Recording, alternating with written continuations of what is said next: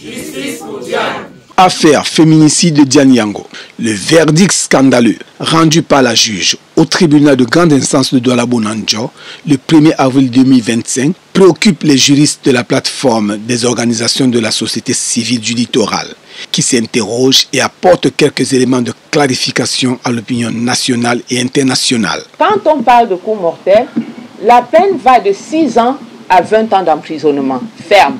Puis, maintenant, quand il y a assassinat, c'est la peine de mort. Et le juge, le ministère public a donc estimé qu'au regard des éléments qu'il y avait dans le dossier, le juge avait la liberté, la loi le lui reconnaît. La juge avait la faculté de revoir la qualification afin de le condamner conformément aux faits pour lesquels il était poursuivi. Je veux parler des faits qu'il n'a pas contestés. Comprennent la CEDEV, la Convention contre toute forme d'élimination envers les femmes, comprennent le protocole de Maputo, comprennent n'importe, même la loi universelle, on ne voit pas comment le résultat peut être celui que nous avons. Dans le cadre de cette affaire particulièrement, il n'a pas été question d'évoquer une loi internationale. On n'en avait pas besoin parce que la substance de ces lois se trouve dans notre code pénal, notamment en ces articles 275, 276 et 278. Le texte qu'on a choisi d'appliquer, c'est le 278 qui parle des coups mortels. Si le tribunal avait fait, selon moi, ce qu'il faut, la juste mesure, nous ne serons pas réunis.